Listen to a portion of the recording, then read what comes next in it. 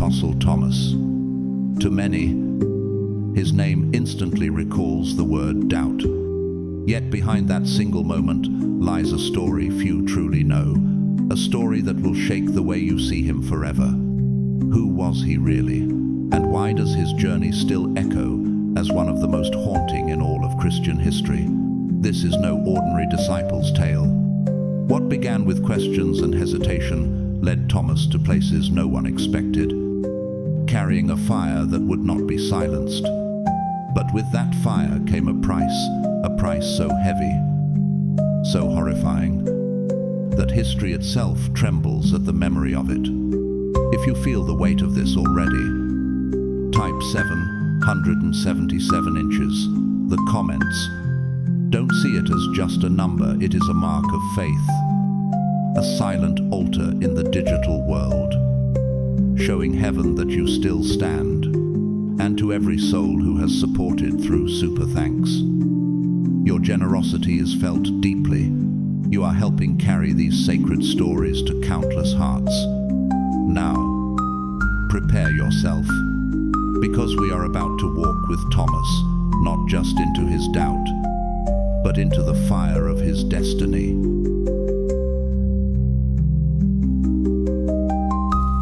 The shocking story of Apostle Thomas and the horrifying price he paid for his faith.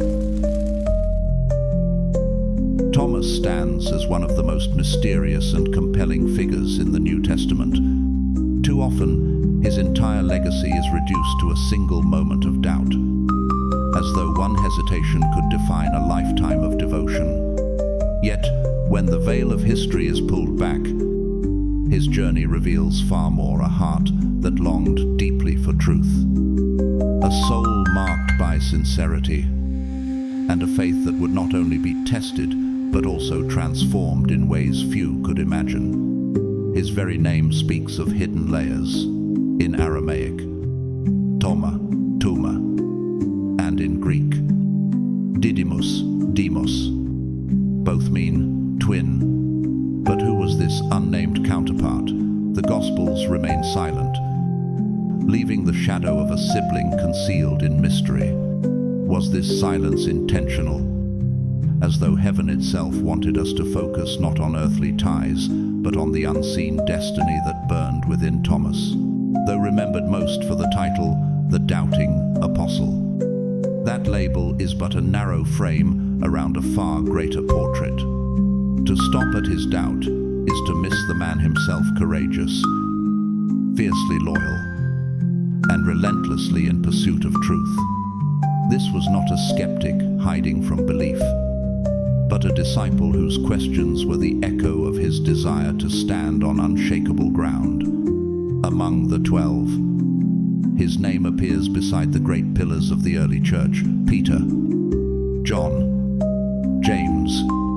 While he is not recorded with the same frequency or grandeur as these towering figures, when Thomas does speak, his words pierce with startling honesty, unveiling the depth of his character. How many of us today have been misjudged for a single weakness, while our greater strength lay hidden behind it? It is here, in the fragments of his story, that a paradox takes form. Thomas is at once quiet and bold, overlooked yet unforgettable. He was a man who wanted to follow his master into danger, a disciple who demanded not just shallow assurances, but living proof of the divine. Does this not mirror the human heart across centuries, wrestling between fear and faith, longing not merely to believe blindly, but to see, to touch, to know? In his questions, Thomas became a mirror for every generation that has ever whispered, "Lord, help my unbelief." Mark 9:20. And perhaps this is why his story still grips us, because in his tension we see ourselves, torn between frailty and faith, yet moving toward transformation. From the fragments preserved in Scripture, Thomas emerges as a man who longed to give his life fully to Christ's call, yet also yearned for a depth of understanding about the path he was taking. He was not content with shallow answers. His loyalty was not built on fleeting emotion, but on the desire to know exactly what his dedication would cost. And in that longing, he reflects the struggles of many who follow Christ, even today, willing to step forward, yet trembling at the unknown. What happens when faith demands not only trust, but also the willingness to walk into danger with eyes open? The Gospel records one moment that shines like a beacon amid the shadows. Jesus, hearing of Lazarus's death, announced that he would return to Judea. The disciples, gripped with fear, remembered the threats of the religious leaders who were determined to kill him. Their voices carried anxiety and hesitation, for to walk back into Judea was to court death itself. And then Thomas, often remembered only for doubt, spoke with a courage that silenced the air, "Let us also go, that we may die with him." John 11:16. What kind of devotion compels a man to embrace death rather than turn away? Could it be that beneath his questions lay a loyalty more resolute than words could capture?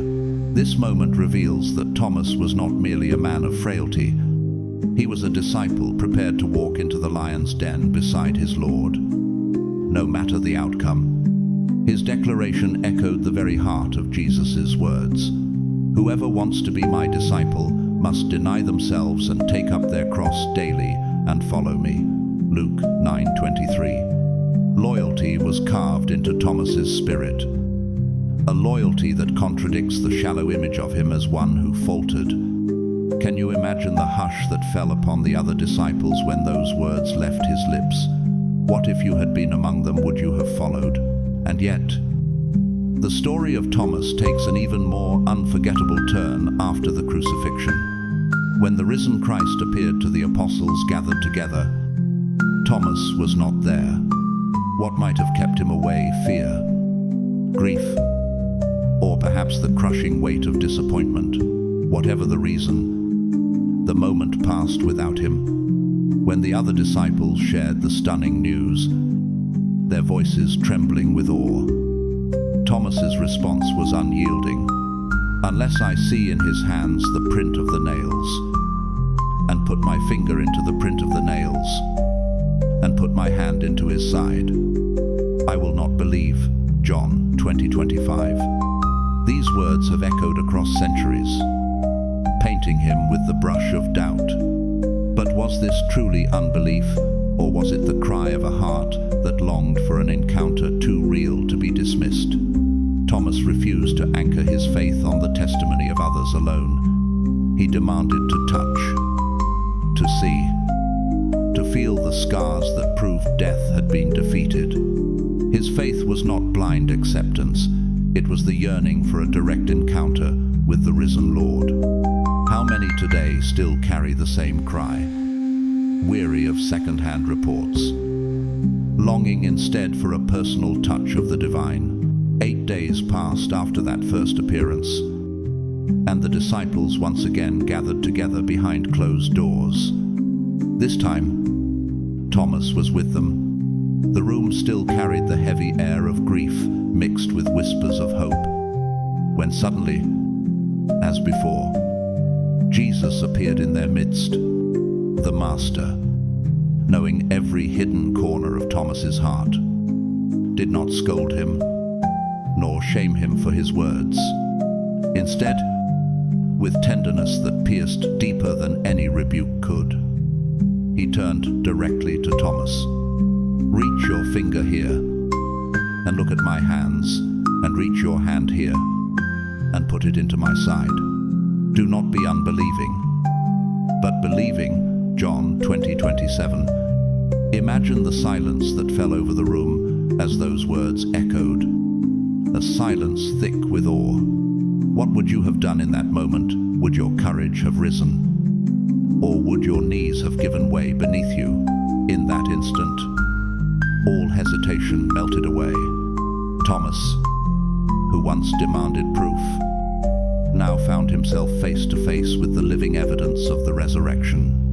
And from his lips came a confession that thundered through the ages.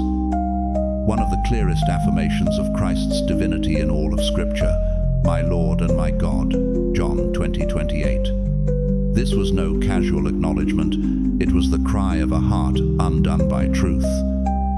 The surrender of a soul that finally saw the fullness of who stood before him. His words were not just personal, they were prophetic, giving voice to the faith of generations yet to come. Have you ever considered how those 5 words could carry the weight of eternity? In response, Jesus spoke a statement that has become a cornerstone for every believer who would walk the path of faith across centuries.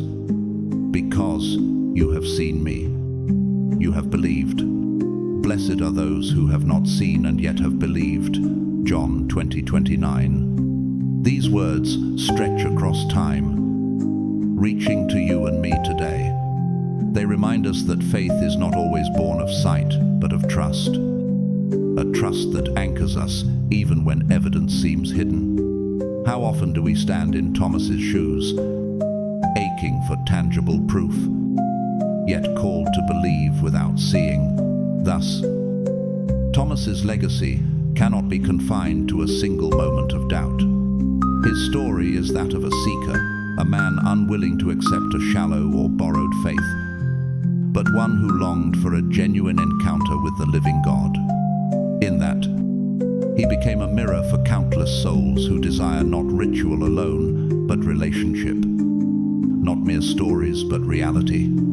Alongside Peter and John, he walked the dusty roads with the Master, heard the voice that calmed seas, and witnessed miracles that defied human explanation. Later, his conviction would propel him far beyond the familiar lands of Judea, carrying the gospel to places the other apostles never reached. His journey did not end in doubt. It ignited with a confession that set his heart ablaze and pushed his feet to distant shores. And so, what we remember of Thomas is not weakness, but transformation. He is the apostle who shows us that even questions can be holy if they lead us closer to the truth. Would you, like Thomas, dare to search until you find a faith that cannot be shaken? The crucifixion of Jesus was more than a moment in history. It was a shattering of every hope the disciples had carried in their hearts. They had left behind families, trades, and reputations to follow him, convinced that he was the long-awaited Messiah. They had listened to his words that carried the weight of heaven. "Am I seen the blind receive sight?" Watched storms obey his command, and even witnessed the dead return to life at his voice. And yet, when their expectations reached their highest peak, the unthinkable happened. The one they believed would restore the kingdom of God was scourged like a criminal, mocked with thorns, and nailed to a Roman cross in public humiliation. Could anything have been more contrary to the glory they had envisioned? For Thomas and the others, the blow was devastating. To walk for years at the side of the Son of God, only to watch him hang lifeless on a cross, must have felt like betrayal at the hands of destiny itself. With his death, it was as if their future had collapsed into dust. Each disciple responded differently under the weight of despair. Peter, the outspoken leader, faltered in fear, denying the Master 3 times before dawn, betrayed him with the crowing of the rooster. John, the beloved disciple, clung to courage and stood near the cross with Mary, the mother of Jesus, absorbing every ounce of grief in silence. Others fled into the shadows, terrified that the wrath that struck their Master would soon fall on them as well. Fear thickened like smoke over the group. They shuttered themselves behind closed doors, hiding from the same authorities who had condemned Jesus. After all, if the teacher was not spared, why would his followers be? In this dark atmosphere of panic and despair, Thomas vanished from the narrative. Unlike some who remained together, he seems to have withdrawn into solitude, perhaps unable to bear the suffocating tension of the other's grief. His absence speaks volumes.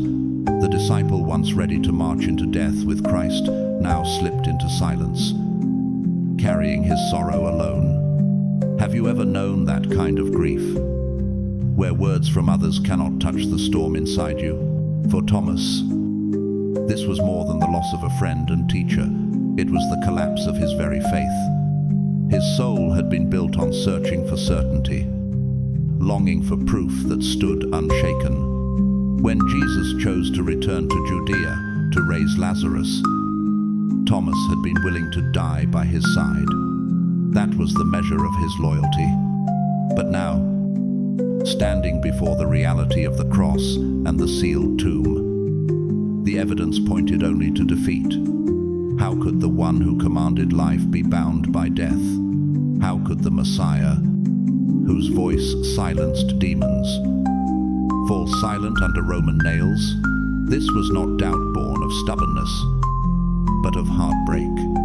His questions were not the mockery of a skeptic, but the cries of a believer whose world had been shattered.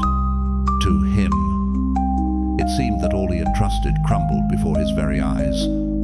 And in the long nights of solitude, one question may have tormented him above all. Was it possible that he had placed his faith in vain while the disciples huddled together in a locked house, their hearts still trembling from fear of the Jewish authorities? Something beyond comprehension unfolded. On the first day of the week, when shadows of despair still clung to their souls, the resurrected Jesus appeared in their midst.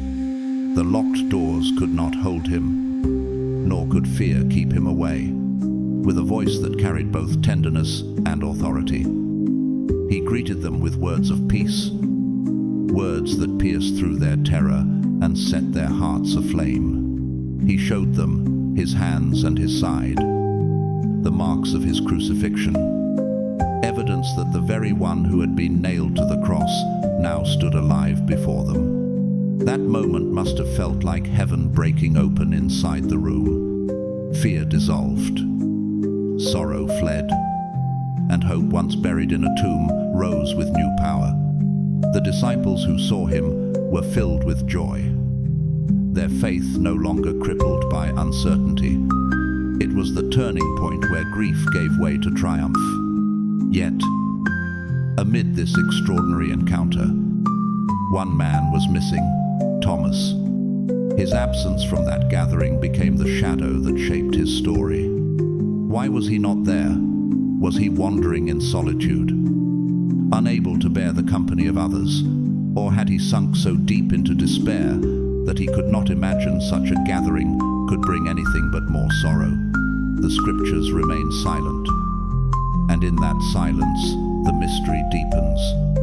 When Thomas returned, the disciples rushed to him with trembling voices, their faces alight with joy. They told him of what they had seen, the risen Lord standing among them. But instead of relief, Thomas's heart braced itself against disappointment. He could not, he would not surrender so quickly. His reply was sharp and resolute, carved by grief and guarded by fear of false hope. Unless I see in his hands the print of the nails, and put my finger into the print of the nails, and put my hand into his side, I will not believe. John 20:25. This declaration has echoed through the centuries, earning him the name, the Doubting Apostle.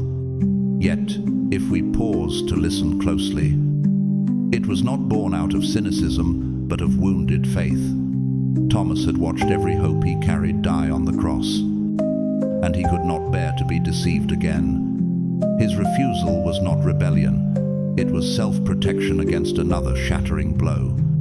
He would not believe just because others did. He demanded more. He needed not a borrowed conviction, but a direct encounter with the truth. And in that, He becomes the voice of countless souls through time, those who long not for second-hand stories but for personal proof of the divine. How many of us have felt the same ache? To hear others speak of faith with certainty while we wrestle with silence. To watch joy in the eyes of others while we still carry shadows. For Thomas, faith could not survive on words alone. It had to be anchored in experience, grounded in the undeniable reality of the risen Christ. Thomas's skepticism was not the bitter rejection of a hardened heart, but the desperate cry of a man whose world had been broken. His doubt was not rooted in arrogance. It was the plea of someone searching for a foundation strong enough to rebuild the ruins left by the crucifixion. The death of Christ had shattered not only his expectations, but the very ground of his faith. To believe again would require more than borrowed enthusiasm. It would demand an encounter powerful enough to heal wounds carved into his soul. What Thomas did not yet realize was that such an encounter was drawing near, and it would change the course of his life forever. Thomas was not the portrait of a distant skeptic, as he is sometimes remembered, but a man of sincerity. He could not allow himself to cling to empty illusions, not when everything he had dedicated his life to stood on the edge of collapse. He had once followed Jesus with readiness, even to die beside him. How then could he accept reports of resurrection without personal confirmation? It was not stubborn disbelief, it was the weight of his devotion, demanding truth so certain it could not be shaken again. And in this, Thomas reflects the struggle of every believer who longs for a faith that does not tremble when tested. When the disciples told him, with radiant faces and trembling voices, "We have seen the Lord," their joy only deepened the contrast with the heaviness he carried. Their words could not lift the shadow that clung to him. Instead, his response was firm, unyielding, and painfully honest. "Unless I see in his hands the print of the nails, and put my finger into the print of the nails, and put my hand into his side, I will not believe." John 20:25. These were not casual words. They were a line drawn in the sand. The voice of a man unwilling to risk hope unless he could touch reality itself. His words almost ring like a challenge, daring heaven to answer. Yet beneath them lies the raw ache of grief. Thomas had stood at the edge of despair, had seen the Master scourged, beaten, and nailed to a cross. He had watched the one who opened blind eyes, now hanging with his own eyes dimmed in death. Such memories weighed heavily on his heart, closing it to anything that resembled illusion. Could he risk believing again, only to be crushed once more, if there was truly a resurrection? Thomas wanted nothing less than certainty. He longed to touch the wounds, to see with his own eyes, to feel with his own hands the reality of the miracle. For him, faith had to be grounded, not in rumor, but in revelation, not in second-hand testimony, but in a living encounter. And in that longing, Thomas embodies a deeper truth. The most profound faith is often born not in ease, but in the struggle of doubt transformed into conviction. After 8 long days had passed since Jesus first appeared to the disciples, the waiting must have felt endless. Each sunrise and sunset carried with it the weight of uncertainty. As the disciples whispered among themselves about what they had seen, the joy of that first encounter still burned in their hearts, but it was mixed with questions too deep to silence. And for Thomas, who had not been there, those days stretched like an eternity. Every hour only deepened the tension between the testimony of his brothers and the emptiness he felt inside. Then, on that day, the disciples gathered again in a locked room. The doors were barred, their hearts still cautious, yet hope flickered faintly among them. This time, Thomas was present. The room was thick with expectation, and perhaps even unease. And suddenly, without warning, without the sound of hinges moving, Jesus himself appeared in their midst. The one who had conquered death stood before them again, breaking through walls and fear alike, and his voice filled the silence with divine gentleness. "Peace be with you." That's enough. For Thomas, it was a moment beyond words. The very encounter he had demanded, the reality he thought impossible, now unfolded before his eyes. And before he could speak a single word, Jesus turned to him directly, piercing through his guarded heart. There was no anger in his gaze, no reproach on his lips. Instead, with unshakable love, he offered exactly what Thomas had longed for. "Reach your finger here, and look at my hands, and reach your hand here, and put it into my side. Do not be unbelieving, but believing." John 20:27. It was an invitation not just to touch his wounds, but to let go of despair and step into restored faith. And in that instant, all of Thomas's walls collapsed. Every doubt, every fear dissolved before the presence of the risen Lord. With trembling conviction, he cried out words that would echo through the ages, "My Lord and my God." John 20:28. This was no mere acknowledgement of resurrection, but a thunderous proclamation that the crucified Jesus was indeed the living God standing before him. This moment became the radical turning point in Thomas's journey. In that instant of encounter, his faith was not only restored, but elevated into a revelation deeper than perhaps any other disciple had voiced so directly. With trembling lips he confessed, "My Lord and my God." And Jesus responded with words that would echo beyond the walls of that locked room, across centuries and continents. "Because you have seen me, you have believed. Blessed are those who have not seen and yet have believed." John 20:29. These words were not a rebuke to Thomas, but a timeless lesson, a proclamation that faith would not always rest upon sight. Generations yet unborn, who would never touch his wounds or see his face with human eyes, were already being blessed through that single moment. What happened in that encounter was more than the healing of one man's doubt. It was the unveiling of a universal truth. Faith is not the denial of questions, but the courage to trust when evidence seems hidden. Thomas, who once demanded proof, became the living testimony that doubt, when surrendered to God, can be transformed into a conviction strong enough to move nations. His life declared that God does not despise weakness, he meets it with mercy.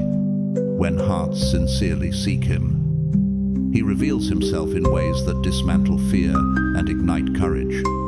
Can you sense how the same words spoken to Thomas still breathe hope into us today?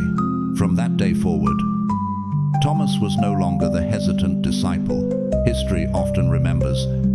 He emerged as one of the most fervent voices of the gospel. His zeal set aflame by the touch of Christ's scars.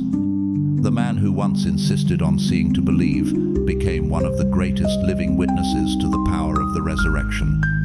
The experience of touching the wounds of the Master did not merely erase his doubts, it lit within him an unshakable fire. If he had once hesitated to trust without sight, he was now ready to surrender everything, even his life, so that others, who had never seen Jesus themselves, might still believe. Unlike some apostles who remained close to Jerusalem, Thomas's heart burned with the words of Christ's commission, "Go into all the world and preach the gospel to every creature." Mark 16:15. For him, this was not symbolic. It was a direct call to leave behind the familiar and carry the good news to distant shores. And so he went, becoming a pilgrim of the kingdom, a traveler whose footprints would press into foreign soil where the name of Christ had never yet been spoken. According to ancient accounts and enduring Christian traditions, Thomas's missionary path carried him into the vast reaches of Persia and Parthia. These lands were steeped in the philosophies and rituals of Zoroastrianism, a world where fire temples blazed and ancient hymns honored other deities. To stand there and proclaim that there was but one true God, and that his Son had conquered death, was no small challenge. Yet Thomas, strengthened by his encounter with the risen Christ, did not shrink back. Every scar he had once touched on the Lord's body was now a reminder that truth could withstand any opposition. His voice carried the gospel into cultures shaped by centuries of belief, declaring boldly that the light had come into the world, and darkness could not overcome it. The most fascinating and enduring account of Thomas's ministry is bound to his legendary journey to India. Tradition tells us that around A.D. Ushara, driven by the Great Commission and the fire ignited in his soul by the risen Christ, Thomas set out beyond the familiar world of Rome and Judea, guided by merchants who sailed the ancient trade routes that connected the Roman Empire to the east. He is believed to have landed on the lush western coast of the Indian subcontinent, in the region we know today as Kerala. Imagine the scene, foreign sails appearing on the horizon, carrying not only goods and spices, but a messenger of a kingdom unlike any the people of that land had ever heard of.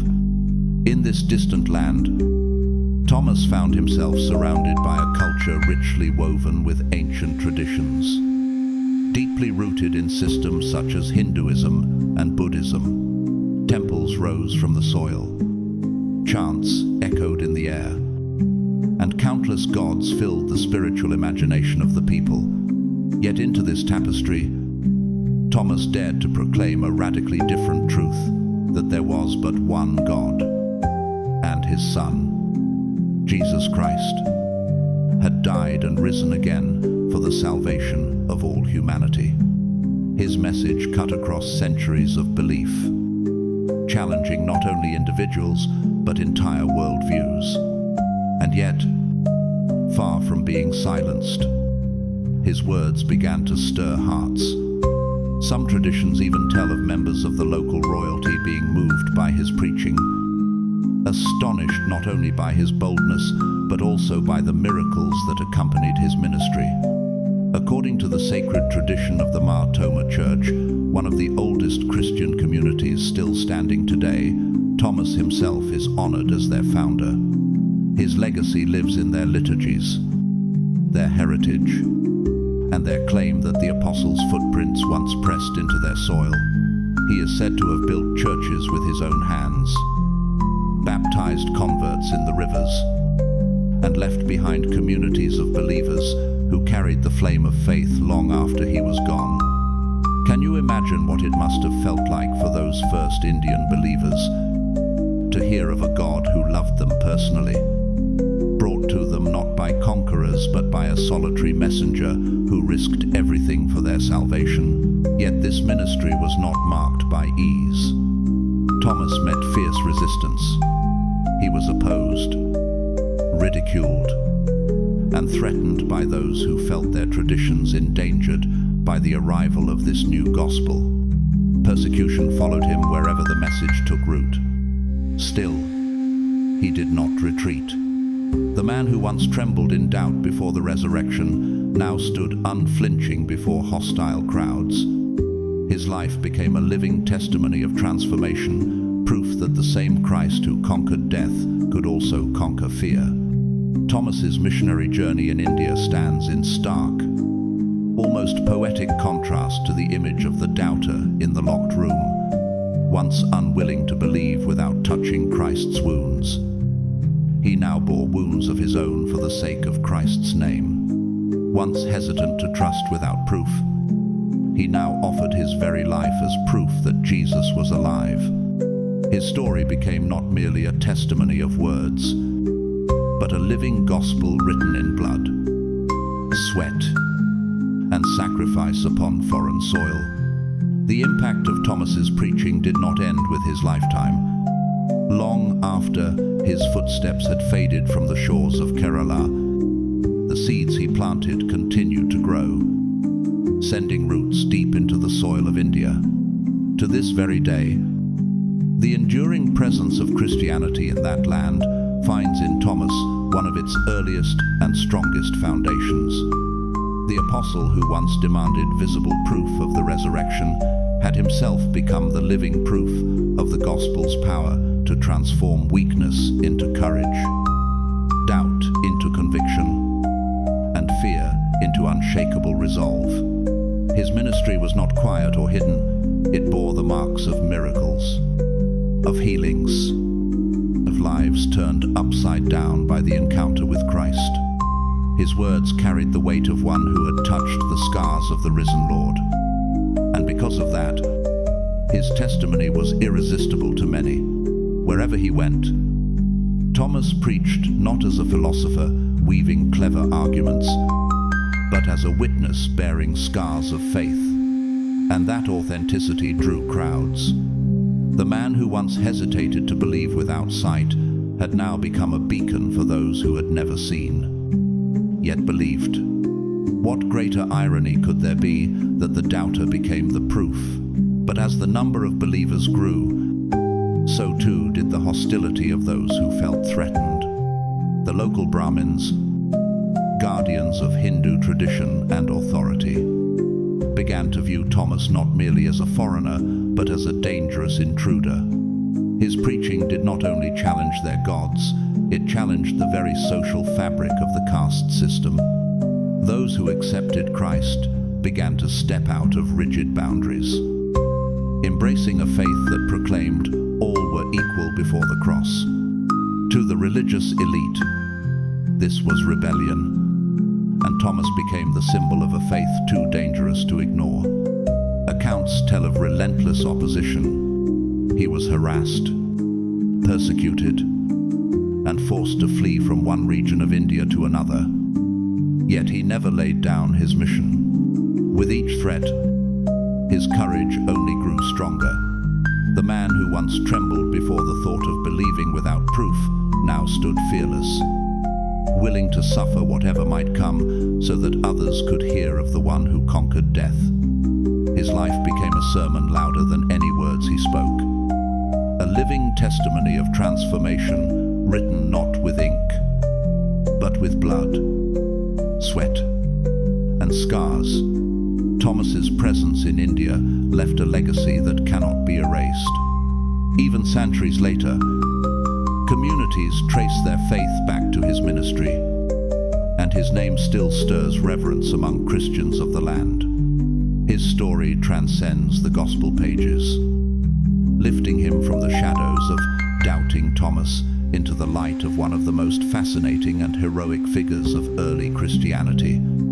His life whispers to us that even those who struggle most deeply with doubt can, in the end, become the strongest pillars of faith. Thomas's name became woven not only into the canonical Gospels, but also into a wide array of apocryphal writings, texts that, while never accepted into the biblical canon, nonetheless reveal how deeply he was remembered and reinterpreted in the first centuries of Christian faith. To many, these writings offered windows into the fascination his life inspired. The disciple who once doubted, yet later carried the gospel to the edges of the known world. His story became a canvas upon which communities painted their reverence, their theology, and sometimes their imaginations. Among these writings, two stand out like monuments to his memory: the Gospel of Thomas and the Acts of Thomas. Though not part of the New Testament, they provide valuable clues about how his role was understood in various traditions. The Gospel of Thomas, dated to the 2nd century, is one of the most famous Gnostic texts. Rather than recounting Christ's miracles, passion, or resurrection. It offers instead a series of 114 sayings attributed to Jesus. It does not flow as a narrative but presents itself as a treasury of enigmatic words, almost like pearls of secret wisdom, emphasizing hidden knowledge, gnosis, as the key to salvation. This focus reflects the Gnostic conviction that truth was reserved for a spiritual elite who alone could unlock the mysteries of the divine. The discovery of this text in 1945 among the Nag Hammadi manuscripts in Egypt shook the academic world. Its absence of any account of Jesus' crucifixion or resurrection startled scholars, raising questions about the communities that preserved it. The text even suggests that Thomas himself received exclusive teachings from Christ, an idea consistent with the Gnostic tendency to exalt secret revelation above the universal message proclaimed by the apostles. But the early church, discerning its divergence from the heart of the gospel, firmly rejected the Gospel of Thomas. Its portrayal of salvation through esoteric insight clashed with the apostolic testimony that salvation was for all, offered through Christ's death and resurrection. Yet another apocryphal text, the Acts of Thomas, written in the 3rd century, gives a very different portrait. Unlike the mystical sayings of the Gnostic gospel, this work reads more like a missionary epic. It traces Thomas's journeys far beyond the Roman world, focusing especially on his ministry in India. In its pages, he appears as a tireless apostle who preached boldly, healed the sick, cast out demons, and even raised the dead. The Acts claim he converted whole households, including members of the local royalty, turning foreign palaces into places where the gospel took root. One of the most remarkable episodes in the Acts of Thomas describes how a king commissioned the apostle to build him a palace. Thomas accepted the funds, but instead of constructing walls of stone, he used the wealth to feed the poor and aid the destitute. When the king discovered this, he was enraged, believing he had been deceived. But soon after, he experienced a heavenly vision in which he saw a palace built for him in eternity. His anger turned to awe, and he himself embraced the faith Thomas proclaimed. Stories like these, though legendary, echo Christ's own teaching. Do not store up for yourselves treasures on earth, but store up for yourselves treasures in heaven. Matthew 6:19-20. Though the church does not recognize these writings as historical, they shed light on how early Christian communities outside Judea and Rome imagined Thomas. To them, he was not simply the disciple who doubted, but the apostle who journeyed to the very ends of the earth, preaching the gospel with fire in his bones and courage in his steps. The memory of his miracles, his zeal, and his martyrdom became a source of strength for believers facing their own persecution. These apocryphal accounts, even with their embellishments, reveal the impact Thomas left upon the Christian imagination. They remind us that he was never regarded as ordinary. He was remembered as one who sought truth to the point of touching Christ's wounds, and later as one who carried that truth across oceans and cultures. His legacy lived not only in the canonical pages of Scripture, but also in the stories told by communities who clung to his name as a symbol of faith's triumph over doubt. And so, whether we see him as the disciple demanding proof, the missionary founding churches in distant India, or the apostle remembered in mystical writings, Thomas remains a figure who transcends time. His story inspires generation after generation, reminding us that doubt can be the doorway to deeper faith, and that those who once faltered can become pillars upon which entire communities stand. His voice still echoes through both history and spirituality, faith not borrowed, but forged in encounter, not fragile. but unshakable. The death of the Apostle Thomas stands as one of the most dramatic and sobering accounts in the history of early Christianity. After years of tireless devotion, sailing across seas, walking foreign roads, and carrying the message of Christ into lands that had never heard his name, Thomas's earthly journey came to a violent and tragic end. Yet his death was far more than the silencing of a man. It became a living symbol of faith's resilience, a testimony that the gospel could not be crushed, even when its messengers were struck down. According to Christian tradition, his martyrdom took place in India, the very land where his ministry had flourished, where countless men and women had encountered the living God through his witness. His martyrdom was not an isolated act of cruelty, but the culmination of years of tension and growing hostility. Thomas's preaching had disturbed the foundations of the society he entered, and the ripple of conversions had unsettled religious leaders who feared their power slipping away. What began as whispers of resistance grew into shouts of fury. For his message was not only spiritual, it was revolutionary. The proclamation that there was one God and one mediator, Christ Jesus, clashed directly with the polytheistic traditions of Hinduism and the rigid boundaries of the caste system. Each baptism carried with it a quiet act of rebellion, drawing people out of inherited structures and into a new identity as children of God. As the gospel spread, it attracted not only the poor and marginalized, but also men and women of influence, even reaching into royal circles.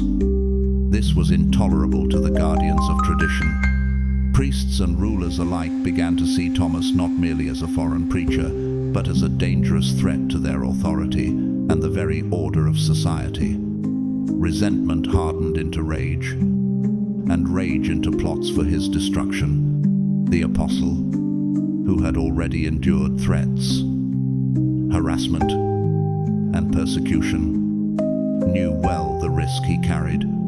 Yet, like his Lord before him, he did not retreat. The one who had once hesitated to believe now stood resolute, his steps unshaken even as storm clouds gathered over his path. The opposition finally reached its breaking point. According to tradition, Thomas's enemies decided that his voice must be silenced once and for all. Accounts vary, some saying Hindu priests ordered his death directly, others suggesting local rulers sent their soldiers to carry out the deed under priestly command. But all agree on the brutality of the act. The apostle was seized, dragged away from the communities he had nurtured, and brought before those determined to end his influence. What they could not achieve through debate or resistance, they sought to secure with blood. The man who had once declared, "My Lord and my God," now faced the ultimate test of that confession. His life's mission, carrying the gospel to the farthest reaches, was about to be sealed, not with words, but with his own blood. In that moment, Thomas's story came full circle. The apostle who demanded proof of the resurrection now became proof himself, proof that the gospel was worth dying for, proof that faith forged in fire cannot be extinguished by swords or spears. The exact manner of Thomas's death is told in varying ways across the traditions. Yet one version emerges as the most widely remembered, that he was pierced with spears. The image is strikingly symbolic. Thomas the apostle, who once demanded to touch the wounds of Christ before he would believe, now had his own flesh torn open, his body marked by weapons, his faith sealed with blood. In that moment, the man once labeled a doubter became the very embodiment of conviction, his death echoing the passion of the master he followed. His wounds, unlike those of Christ, did not testify to doubt overcome, but to a loyalty so complete that it embraced suffering without retreat.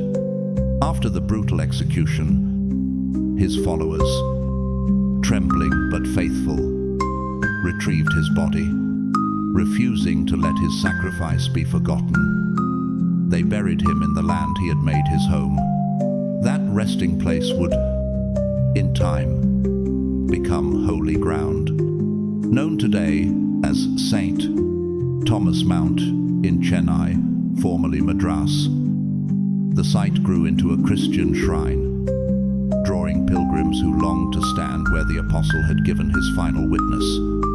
Even now, centuries later, believers journey from across India and around the world to honor his memory. Kneeling at the place where faith triumphed over death, the tomb of Thomas became more than stone and soil. It became a beacon, a reminder that the gospel had reached the farthest edges of the earth, not through conquest, but through sacrifice. From Kerala to Tamil Nadu, the communities that still bear his name point back to his fearless ministry. Their very existence, a living testimony to the apostle who brought them the message of Christ. The presence of Christianity in southern India is not a fragile relic of the past, but a vibrant continuation of the fire Thomas ignited nearly 2,000 years ago.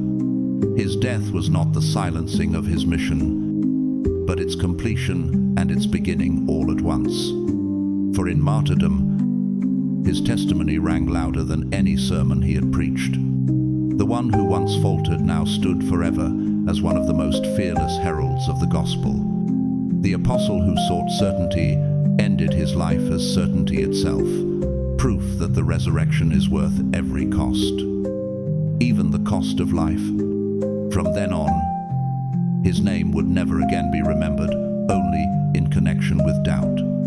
Instead, it became a banner of courage, of unshakable conviction, of faith transformed and tested in fire. Generations of Christians, whether in India or across the world, looked to Thomas not merely as the one who needed to see, but as the apostle who gave his very life for what he had seen. His blood consecrated the soil of India, and his legacy continues to remind believers that doubt does not disqualify when surrendered to Christ. It can become the doorway to the most unyielding faith. The impact of Thomas's story did not end with his death in India. It extends far beyond the first century, continuing to echo across generations of believers down to our own day. His name has become forever linked to those who wrestle with uncertainty, to the ones who ask hard questions before surrendering to faith, and to the countless souls who long for a personal encounter with God to strengthen their hearts. For many, Thomas embodies the struggle of belief, not a polished faith that never wavers, but one that trembles, questions, and then, when touched by truth, stands unshakable. And yet, the greatest lesson his journey offers is that doubt is not a wall that ends the road. It can be the doorway into a deeper, richer faith. The very words spoken to him by the risen Christ, "Because you have seen me, you have believed."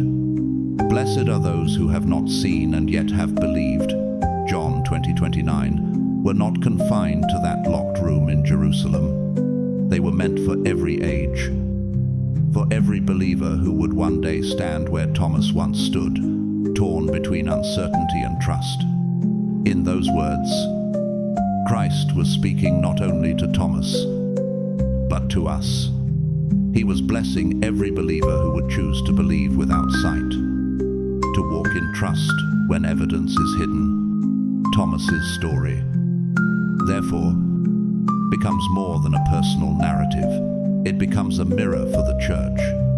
His transformation, from hesitant disciple to fearless missionary, still inspires those who carry the gospel into places where Christianity meets resistance, suspicion, or even hostility. His steps into foreign lands remind us that the call of Christ is always outward, always beyond what is familiar, always toward those who have yet to hear. The apostle who once demanded to touch Christ's wounds now calls us to be Christ's hands and feet in the world, bearing witness through both word and sacrifice. His martyrdom in India sealed that witness with blood, becoming a symbol of total surrender to Christ.